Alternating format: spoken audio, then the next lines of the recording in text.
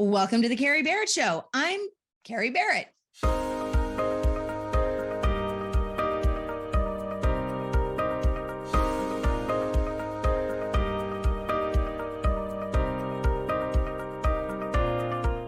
Thank you for watching, and joining us on this episode is Brian Kelsey. He is a host and a producer. Brian, it is fantastic to have you with us today. Thank you. Great to be here, Kerry. Let me tell you. Here's the thing. So Brian and I have a little bit of shared history. We both have worked in the news industry for quite some time. Brian has worked with some very big names. First of all, some might argue a little bit, but let me preface by saying he's the greatest guy. I started in radio. My goal in life was to have a late night talk show. That's like my ultimate goal. And so I thought by starting in radio, that would help. And so through different stations, I ended up at K-Rock in New York, where I was working there as a producer and creative production director. And I started working for Howard. He just knocked on my door. It's like, I love your work. Would you mind doing what you do for K-Rock for me? And just to be clear, we're talking about Howard Stern. Not Howie Mandel. No. And so I started doing work for him and got into their whole sort of chain of how they work. And I would say, hands down, I've worked with a lot of people. He is probably, I've learned the most from and is the most gracious. And it was just an open atmosphere. You know, interns could suggest ideas, and they often did, and they often made it on the air. It was very open and a very positive working place. And then from there, I did a bunch of different things and did some shows. And I worked for Martha Stewart for a number of years. And that was same thing. I learned so many things. The two things in common that I learned from those two was, number one, don't be anybody but yourself. Like these are the main things I got out of both of them. Don't be anybody but yourself. If you're going to be a host, if you're going to have a show, if you're going to do whatever, because that is what makes you different. You know, nobody else is you. You know, there's a million shows, there's a million whatever, but your personality needs to come out, and you just need to, let that shine. And I've just remembered that. So like, I'm looking at my stuff back that I do. I'm like, oh God, that's terrible. Oh, look at the size of my nose. It's so big.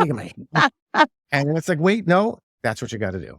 There you go. 100%. I love it. And so the interesting thing is, so we connected on social media. We didn't know each other from our newsy days together, broadcasting days. But one of the ways that really intrigued me and that we're talking about today on the show is how you help other like business owners, brands, personalities with establishing visibility, creating content, creating authority in the online space. And one of the ways that you suggest is that one of the best ways to do that, and I do a little bit of this myself as well, but it's to create your own show.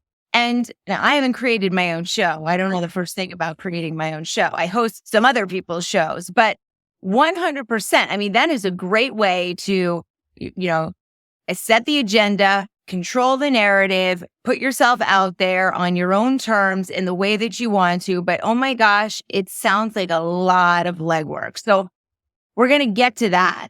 First of all, how do you know if a show, starting one of your own, is the right thing for you to do? It starts with you. What are you passionate about? And it could be really anything. I mean, like some of the biggest shows on YouTube or streaming are like knitting or, pottery. Like people can see through your personality when you're doing something just because it's a trend or it's a niche. It's a very popular niche, whatever that may be now. I don't even know. And that gets very old because it's a lot of work. But when you're passionate about the subject or the type of show or the type of thing you're going to talk about, it doesn't matter. It's not work. I'll do this forever. You know what I mean? Because it's so much fun and I get such a joy out of it. And that's really where you kind of need to start inside and figure out what you're really passionate about, what you could talk about forever. Well, I guess what comes after that? You found your thing. Let's say it's about your business or your area of expertise or whatever it is. Plumbing, who knows? What happens next? Next, you have to decide on what kind of your show format is. For example, I work with a realtor and she wanted to start a show and she's like, realty is my thing. Like, I love it so much and I want to grow my business with it. I want to, be able to talk to people. And I said, okay, that's great. Well, so what kind of show do you want to have? Do you want to have a talk show where you are interviewing people? Or do you want to have just a straight sort of direct to camera, as they call it, you talking, giving knowledge? And she said, it's a good question. And she thought about it. She's like, I want to interview people because I think I can do a combination. I said, okay, yeah, that's great. Now we've put that into that bucket. That's a different bucket. Some people might say, comedy. So what does that mean? Do you want to have a comedy, just sort of like a late night talk show, kind of like my thing where you like talking to somebody else? And he said the same thing. He's like, let me think about that. And he wanted to do skits, like they had like a comedy troupe. And so that was how they structured it. Now from there, the rest is easy. Then you just frame out how you want to do it. There's a flow to shows, whether people realize it or not. There's a pacing and you have to be very wary of that. Some people start in, and this kind of always drives me crazy, but like the show will start and they go, hi everybody, hi YouTube, whatever. And as a viewer, you just want to get in there. You just want to jump in and start, because people have a short attention span. I don't even have any intros anymore in my kind of videos on how to start talk shows, because I just start talking, because it drives me crazy when I see that now. And I think that's sort of the trend is, people used to have these big long intros on YouTube of like, Oh my gosh. They're so bad. Like, it's bad. And we still haven't gotten to the meat. and there's something to be said, because on YouTube, there is a retention rate thing that you really need to keep in mind. But really, people will tune out if there's this long intro, or you're going to talk about, here's what I'm going to do. And you talk for 5 minutes about what you're going to do, and you could have already said it. So there's little things like that. But really, again, it starts with you kind of figuring out, what sort of dynamic you're going to have. Yeah. And that makes sense. I attribute, or I think and make a lot of sort of correlations between what I know about, let's say, a good newscast and one that is not so good. And there's flow, there's pacing. Oftentimes it does start direct to camera and we're talking about issues. And then we sit down with somebody and we do an interview with somebody who is a subject matter expert about that issue, and we get their take on it or their analysis. But the beginning is virtually the same. And that is, it's a quick intro. We're going to do 30 seconds of headlines. Coming up, we're talking about this, and then we're into the show. And like thinking about it in that terms, what you're saying makes absolute sense. Give them a quick rundown. What you want to do. Is it direct to camera? Is it interviews? Is it a combination? You know your topic, and then what? Then you need to do structure and outline. It's one of the biggest sort of places people get sort of fumbled and like just upset. It's like, I don't even know where to start. What do I do? So you have to start completely simple. I mean, I'm talking like 3 bullet point outline: intro, guest, close. Like start right there. Then you sort of go a little bit deeper. Okay, what do I want to say in an intro? Well, let's say you have a guest and you need to sort of tie into the guest. So maybe you'll talk about something related to the guest, and maybe it's a news story. Maybe it's like, a poll came out where most Americans are this, that, and the other thing. And so that got me thinking, well, I wonder how many people do X, Y, and Z. So I reached out to Mr. or Mrs. So-and-so, and they're joining us in a little bit, and, whatever. So you have to sort of bullet point. Okay, intro is going to be, news article about this, preview the guest, and then maybe, your website or, Instagram, whatever, just to get that in the intro. And then do the same thing with guest. Okay, guest, what is their name? Like really, like, as ridiculous as that sounds, what is her name and how is it pronounced? Yeah. Oh, 100%. I made that mistake a lot. In this sort of era, nobody really does, unless you're a bigger show, does pre-interviews. And a pre-interview is like, when you ask questions beforehand and you get in sync about it. So I just do it through email. I'm like, here's what we're going to hit, and it's going to be a conversation, blah, blah, blah. So you just break it out, and you just can break it down. So you hit the bullet points you want to hit with the guest. Okay. So now you have the bullet points of the guest. Now you can start to actually, create questions from those bullet points. So, the biggest one of all is don't ask a yes or no question where someone's going to say, you're going to ask a question. Hey, what did you have for dinner? I had pizza. It's got to be, how did you feel about having the dinner? It's got to be a very open question. So you craft the questions from those bullet points. And then you do the same thing with the outro. You have, okay, thank you. Where can you find more information on this guest or anything like that? And, you can break it down all the way into a script if you want, like literally word for word, but I don't think that's a very good idea. I think you need bullet points and just have it, memorized and stuff like that. 100%. Now, is there a sweet spot when it comes to, the length of one of these shows? Is it 15 minutes, half an hour and a half, or does it depend? Like you're on your own, perhaps skills, availability, etc. Well, first of all, if you're doing a straight podcast where there's no video, I mean, strictly a true podcast, you're just listening, that can be like an hour. And typically because people are listening to podcasts while they're doing other things. So they're driving or whatever. If it's visual, if it's a pure show, which, like mine is, I don't put it out as a podcast because there are a lot of visual elements. It's got to be on the shorter side because people are going to be sitting and watching it. And so my show is called 10 Minutes With, and I chose 10 minutes in the beginning because, it's a manageable time for me to edit and fit all this into my life. I've had a big, long hour show and I'm editing all these things. It kind of grew from there too. It's really a 30-minute show now because I built it out. But a sweet spot really seems to be about in the 20-minute mark, somewhere around there, as long as it's moving, as long as it's going, about, I think, 12 to 20 minutes.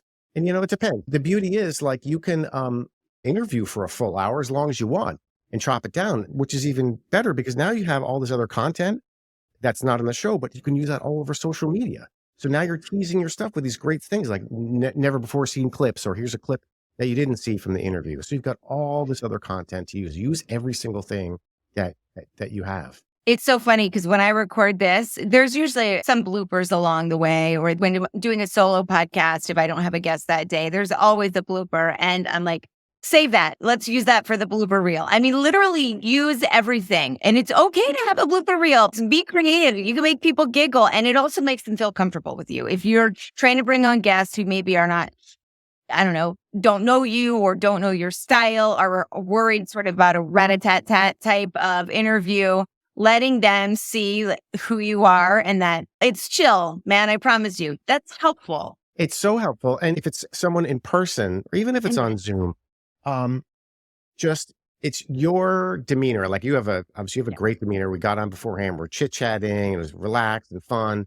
And that's good. Like whenever the person either logs on or walks into the studio, big smile, handshake, hug, whatever it is, a glass of water, coffee. Hey, this is so fun. Just remind them how fun it is.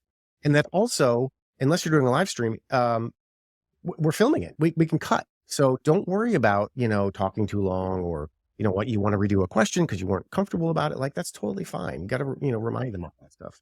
It's part of the rapport building process. There's lots of people that I have on my podcast who you and I have spoken before, but we've never met in person. But there's lots of people who I have followed on just social media and I've never met them before, but I know what they're like based on the stuff that they put out, and they know what I'm like based on the stuff that I put out. And so you have a couple of minutes in the beginning. I call it slop. I schedule my recording time for a little bit longer than I need. And for slop in the beginning, that's rapport building. Exactly. But like you said, especially if you've never met this person before, it's your personality coming out too. And it's not easy for a lot of people. And I'm sure you talk to a lot of people when you're doing your courses. It's like, okay, I want to be on camera, I want to be in front of the camera. And they just freeze up or they don't know. It's not a normal thing for most people. And I always forget that. I'm like, we're just doing the thing.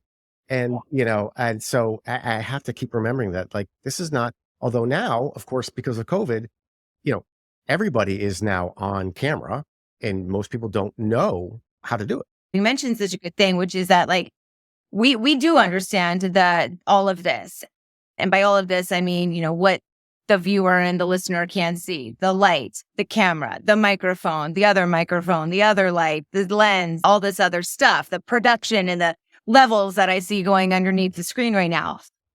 When you have a fear of maybe speaking or being on camera, and now you're adding in this sort of completely foreign, unnatural environment, and you're supposed to be totally natural in it. The host's ability to calm the guest down is something that can't be sort of overlooked or, overstated. So I appreciate you bringing that up. I guess the other question that I have is, how do you know what format this should be delivered in? And you mentioned a little bit whether it's audio only or audio and video. Is it always YouTube? I won't put words in your mouth. How do you figure that out? It's a big one. Now, recently, probably in the past few years, there are so many streaming services out there that are dying for content.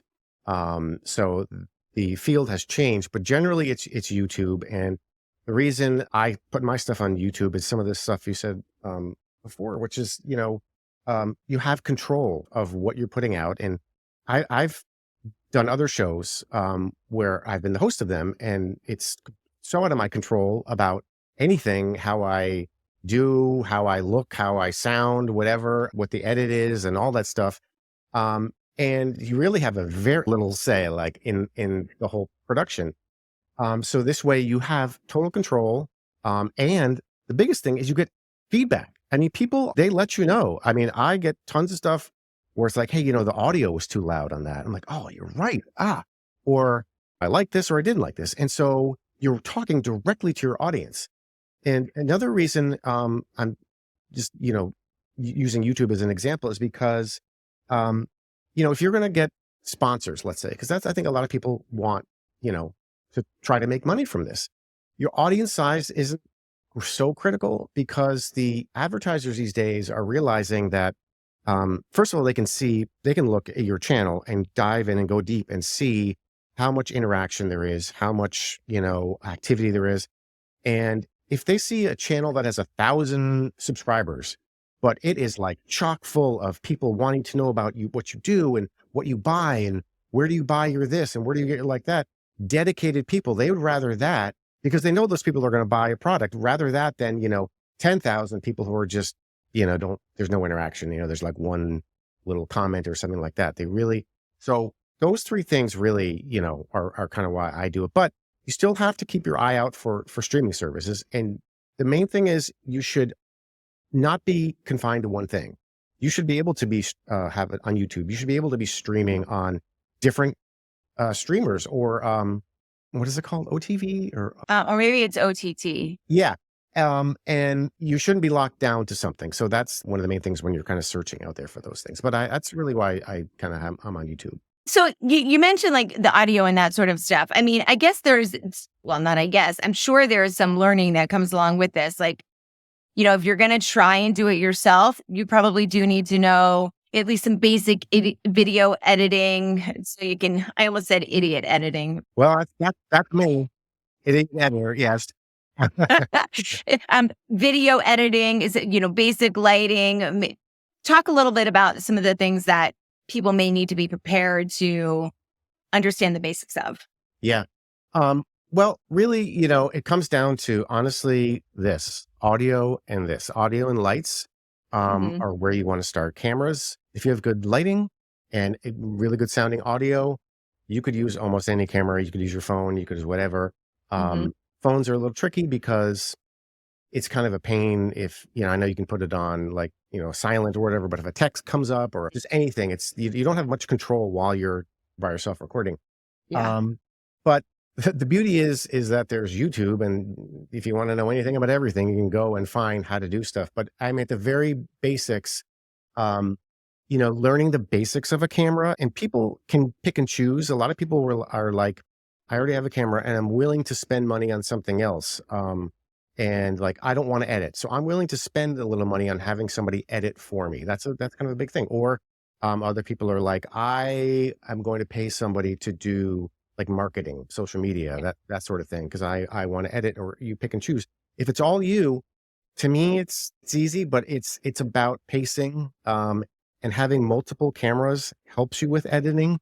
If you have two cameras, you can always, you can stop and start and you have another camera to cut to. Or a lot of people shoot in like 4K, which is a bigger aspect ratio, and you can cut in and out closer, if you want to cut out edits. A lot of people don't even cut out edits, which is fine. That's the thing. Just hard chop. Yep. But it's really comes down to how you're lit and how you sound, and then the camera is secondary. Really, it's the camera price ranges are all over the place. But again, if you're lit and you sound good, that's where to start. Now, in terms of like the production and with a workflow and an understanding, it can be very easy. But if you're not technically oriented or you haven't done this on the regular before, The idea of setting up a studio and doing video production can sound very overwhelming. I know that one of your recommendations is to have some sort of semi-stationary recording area. If I have to set up lights and I want to shoot in a different spot, I actually have the spots marked on my carpet behind me. So I know this is where I need to put the light. This is where I need to put the tripod. And, I had the tripod marked. Like if I'm sitting on the couch, this is how tall it needs to be. So I understand a little bit of it, but I move around. If you're going to set up a semi-stationary recording spot and you want to reduce the time and the effort and the inefficiencies, how do you suggest getting that together? Like what should they be looking for in terms of their space and how should they get it at least semi-stationary? I mean, that is probably the biggest thing to talk about because we need to fit these. You have kids, I have kids, we all have a life. Most of us are not earning their full-time living doing this. So it has to fit into your life with as little friction as possible, or it's never going to work because having to set it from scratch every time, you're going to lose interest and burn out really quick. And so ultimately, if you could have as many things set up in one spot and leave it, that's the best scenario. Mine actually is in my garage. So my garage, I can't put a car in there, but I got a great studio. And so it's all kind of always, and there's one switch and everything comes on. But really, it depends on your space too. Okay. So for example, like looking at you look great because, well, a lot of things, but one of the reasons is you're very far from the background. We don't want to be like here, all the way back there, No hostage style videos where you're up against a wall and the audience can't see your eyes. And the mic, by the way, I'm glad you mentioned that. You could hear the difference in your mic. You were quieter and it had more sort of like echo to it because there's more room for it to bounce around. Yep. So if your area of wherever you're going to record, if you can at least, and you can do this in a bedroom. I mean, you got a small bedroom, use like the corner, like right here, that's a corner. And so I specifically designed this. So I'm in a basement, this is my office, and that it goes, kind of vanishes off into a point. So even if you're in a small corner, you need to just at least try to have something that there's a space between you and the background. Yeah. And then, like you said, if you can't have stuff set up, leave as much, runway for you to be able to set up as you can. So maybe it is a little piece of tape on the carpet or on your tripod, a little tape. That's where it is. The lights, what I do for my situation here is, I mounted everything. So I just mounted a light, this guy here to the ceiling, mounted this one here. So there's nothing on the floor and I have one switch. And so I sit down, literally I just turn the switch, the camera comes on, lights come on, everything, boom, boom, boom. And it's done. And it takes like 2 seconds. And these lights these days are so light, not heavy and inexpensive that you can put them in a wall. And even if you're renting, it's a small little footprint. It's like hanging a picture basically. And so that really, really helps. And again, if you can't leave those set up, then just do your best. Leave them on stands in the closet, the same height, as they always are. So it's a 5-minute setup. You pull them out, you know where to put them on the floor. The camera's already there and you just do some, quick checks and stuff like that. It really comes down to where you're doing it. That's really important to have as much set up as you can. Do you suggest batch producing? I always suggest if you're doing short form content, just, you don't even need to change your clothes. I like to, but do it over and over again. This is longer form type of video or audio. Do you batch produce? Suggest it. And if you do you have suggestions for people to keep their energy up from beginning to end? Because that too can be a challenge. That was exactly what I was going to say. And it's fine. I think batch producing is great. Record something, take a little break. Everything's still set up. You change your notes, whatever, or maybe change your shirt. Again, you don't have to, but do as many as you can. The thing with me, I get burned out. I really put a lot into thought and notes and everything like that. And at the end, I'm like, I don't even know if I think that might have just sucked. I don't even know. You get in your head. Yeah. And so I really have to I can't do anything more. I got to go edit it together and make sure it didn't suck. And then by that time, I don't want to do it again. But if you have a really good formula and you've got a lot of energy. It's the morning time, whenever it is. But again, fitting into your life, if you only have, 5 hours, a week, one block, let's just say that you have time to do this, and that's the best thing. And crank them out. And even if you don't use it, even if shoot something and it's like, doesn't matter. A, you practiced and you got Mm. better no matter what. And B, maybe you could use some of that content. Maybe you could use a little piece of that for social media. So Mm. if you can batch produce, I say definitely go for it. I love it. It makes sense. And I'll throw in this sort of idea that I have learned over the course of my time as well. And you'll see actually, again, I'm making a news analogy. I'm not in the business anymore, but I do stalk it obsessively. You'll see a lot of the longer shows, the shows that are, 2, 3, 4 hours. They've actually transitioned their anchors from sitting in desks to having them standing up for that very reason. Standing up helps them maintain that energy. So, maybe if somebody's listening and they are thinking like, yeah, just like Brian said, I have an hour or two here, maybe it's 5 and I want to knock out 2 or 3 of them. Maybe set up the studio where you can stand so that your energy is right. Don't rock back and forth. And that becomes a problem. It's funny. I had on Craig Melvin from the Today Show was on. He was great. And I was asking about that because I know it sounds like, oh, poor baby, you got to be in front of the camera for 3 hours, or whatever. But honestly, until you do it, until you actually record yourself, even if you're not on the Today Show, if you're in your basement, being up and thinking and organizing your thoughts is exhausting. And so you just have to remember that, and he said the same thing. He's like, we have to take breaks. Like we take breaks. I go sit down, I have some coffee, water, whatever, and regroup. And that's how we did it. Think about, you're on, like you are performing really, for lack of a better word, for the duration of that time. And like, if there is an introvert watching or somebody who's shy, think about how drained you are after you go to a networking event for like half an hour, right? It's the same concept. Yeah. I'm exhausted right now. I've been sitting up like this. And as soon as this camera goes off, I'm just going to slump back down because I want to talk like this and be like, so yeah, but you can't. I mean, you've got to have some presentable, and it's the same thing too. If you have a visual, if you're having a talk show, you got to think about what people are sitting in, because you don't want somebody sitting in like a deep couch where they're like terrible, it's just not going to make your guests look good. It's all about them. You want them to look great. Put them on a metal folding chair, super uncomfortable. They have to sit up. They can't lean back. My thing is and I started this and I don't know why I keep still doing it, but the guest sits in an old style beach chair, but I had to amend it because it's too short. I mean, compared to like my desk. So when I first was testing it out with my son, who's tall, he was like down here. So I had to build, a platform about 1 foot high. So at least they're up like this. So they don't look like they're slumped in whatever. Yeah. So you don't look giant and they look like a teeny tiny little thing in the corner of the screen. If you watch, and like you are with news, I am obsessed with late night talk shows and the whole history of it. But if you look over time, you'll see that the host is always a little higher. Their chairs are a little higher. And I'm not exactly sure why that is, but it seems that's a thing. Power thing. Yeah, I guess.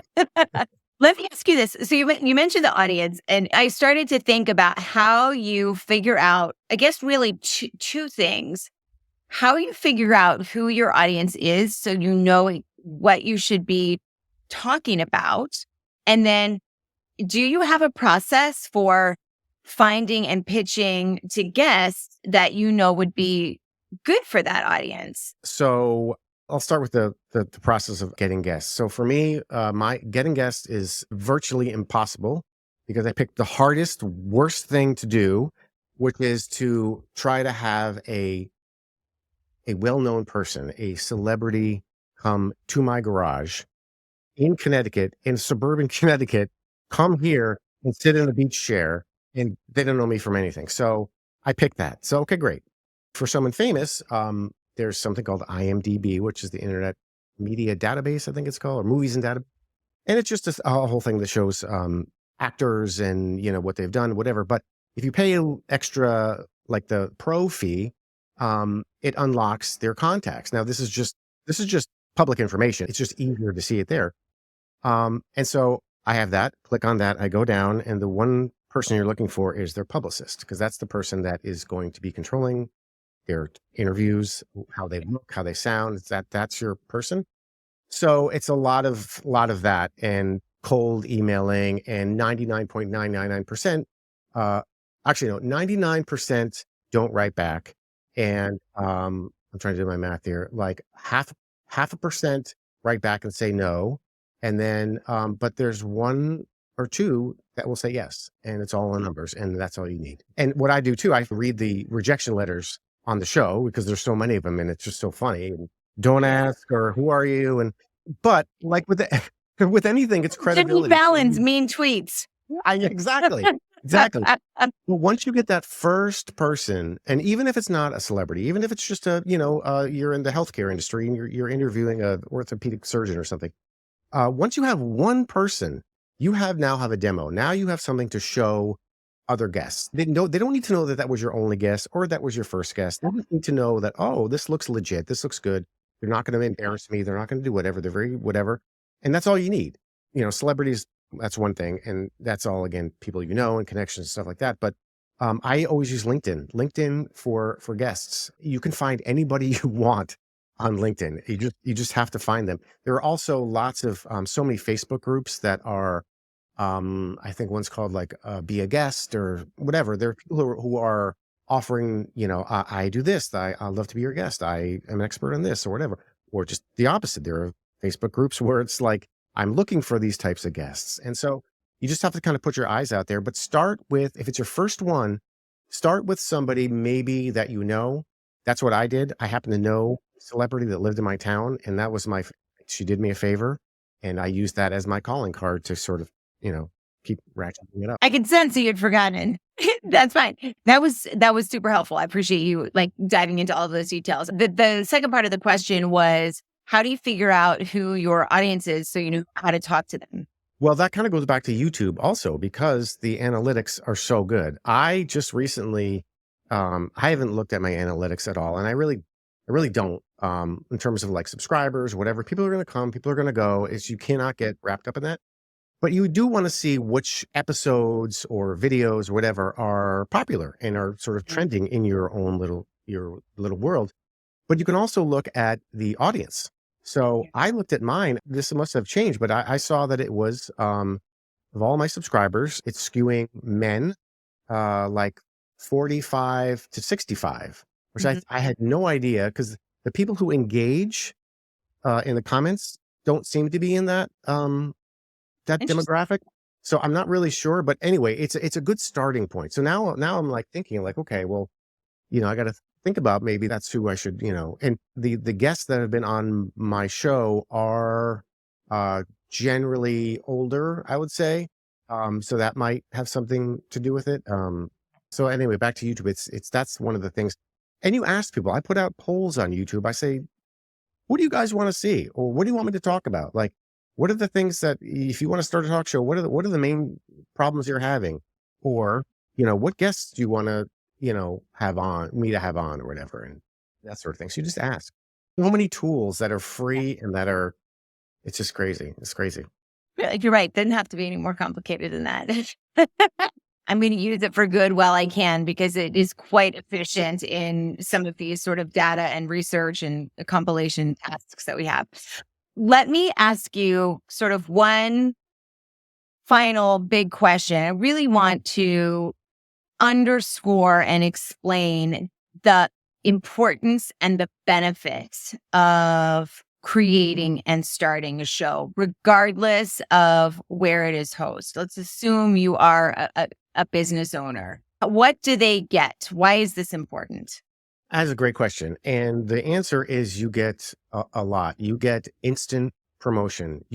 As a business owner, whatever the business is, people pay a lot of money for videos. I do a lot of video work for companies or for people or for small businesses that want promotion and they want to show their stuff.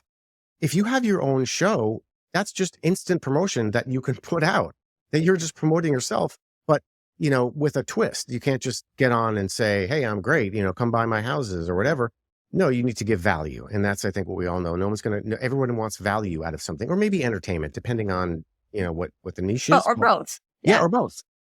So as a business owner, you can give lots of information and engage people, because the way you're going to make, and this is one thing I've learned over the years of doing all this, is that the way you're going to make sales, let's just say, if you're selling something or whatever, is they need to get to know you. If they don't know you as a person, it's really hard to try to sell them on something. So, if you have a show and you're putting it out there and people are seeing your personality and seeing your expertise, then they're more willing to, list their house with you, or, be your dietitian or whatever it is. So that's really the main thing. They people get to know you, and that converts definitely to sales. Yeah. Authority, credibility, awareness. I'll add one other thing that I've sort of discovered. It's like sometimes, and you mentioned this, you touched on it when you talked about the celebrity, but it's like normally I wouldn't have any hope of this person, reaching out to me. And maybe they won't. Maybe they won't reply back, or maybe they will say no. But it's very hard to reach up without offering anything. But if you're reaching up and you're offering them a platform for their voice to be heard and for them to grow their own visibility, awareness, credibility, authority, giving them like a content creation, you've now sort of established yourself as a media outlet, but without all the gatekeepers. And that's awesome. That is great. There's a little low friction. Yeah, it really is. Brian, we're in the middle of this writer's strike, and there's a lot of original content that is not getting produced and is not getting put out there right now. And I read an article the other day about creating a show and why it is such a timely endeavor right now. Can you give us sort of, what do you think about that? Is there truth to it? What do you suggest? Yeah. I mean, first of all, it's a shame with strikes. It affects so many people, and it goes all the way down to crew and everything. So hope it gets resolved soon. And that's tough. Now, for a creator like myself, like yourself, like other people who are doing everything themselves, to me, it is a good time, because there's no content out there. And I feel like there's a trend of producers, and just the entertainment industry looking, on YouTube, on streaming services, for these other content creators that are creating great programs that cost almost nothing, to make, that have a lot of, interest and stuff like that. And I think they're starting to realize that. And maybe this strike, although it's terrible, maybe that something will come out of it, kind of for on our side, of getting a little bit more exposure for what's going on sort of underground. There's so many great shows. There's so much talent that I just don't think is getting, risen to the surface. It's a different model. So I think it might be changing. People are craving. They're craving the new talent. They're craving the new video. They're craving the new content. They're just, a lot of it has been hidden, frankly. Brian, is there anything else that I have not asked you about this, process, development, or anything in general that you think is important for people to know that we haven't touched on? Just that, to have fun. Remember, again, it goes back to the beginning of the conversation about when we talked about passion, figuring out what you want to do. So I get caught up in like things, and I'm like, this or this, this is not working, whatever. And then I stop and I'm like, don't forget how obsessed you are with late night talk shows, and just remember that little spark. And then that just gets me back. I'm like, oh yeah, I'm just doing this. I love this. So don't forget that. And also, again, it has to fit into your life. However you can manage that, because it just won't work if you have to do all this work with it. Awesome. And where can people, I know that you have a program designed to help people establish and create their own shows. So tell us a little bit about that, and where people can find you if they want to work with you, learn more about you, et cetera. Yes, I am starting a class in the next few weeks, in sort of September-ish, which is a live class, and it's called the Talk Show Transformation. And it's about starting your own show, and it's just everything. It starts with, again, if you've never done anything, all the way up to, we'll take you all the way up to wherever you want to go. It's a live course, and I'm with you all the way. And even after the course, we still have, a Facebook group, and you can reach out to me anytime. So it's an ongoing thing, because I hate courses where you do something and then they just give it to you and then that's it. You have a million questions. And you can go to briankelsey.com/talk show transformation, and that has all the information. And if you want to see the show 10 Minutes With, just go to 10minuteswith.com. Awesome. You're amazing. Thank you so much for sharing not just your time, but all of your awesome knowledge and your fantastic personality. Oh, I appreciate it. Thank you, Kerry. Thank you.